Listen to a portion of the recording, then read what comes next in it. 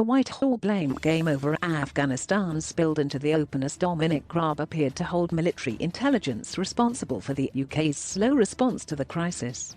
The Foreign Secretary rejected claims that his department was slow to react to the Taliban takeover in summer, and that he had shown no interest in talking to ministers in Afghanistan or Pakistan for months ahead of the evacuation chaos.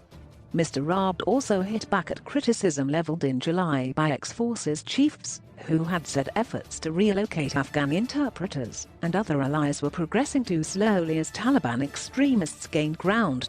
Downing Street said Boris Johnson had full confidence in his embattled Foreign Secretary and said there were no plans for a cabinet reshuffle.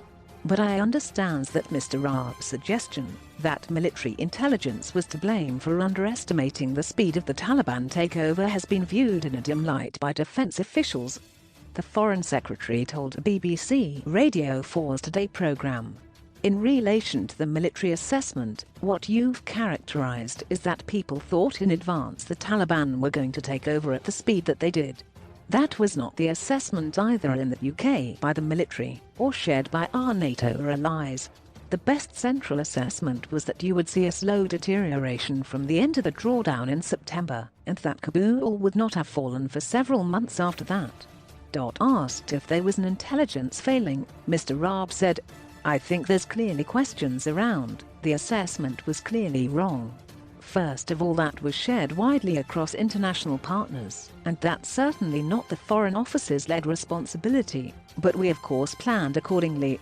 Defense officials believe Mr. Raab was wrong to single out military intelligence because the UK's analysis is done by the Joint Intelligence Organisation. The organisation takes in information from security agencies, diplomats and open source material before reporting to the National Security Council (NSC). Mr. Raab's comments came days after Defense Secretary Ben Wallace criticised the Foreign Office for leaving sensitive documents that identified Afghans potentially at risk of Taliban reprisals and the UK's Kabul embassy. Over the weekend, Ministry of Defence sources, in a briefing to The Times, also blamed the Foreign Office for hindering the evacuation effort.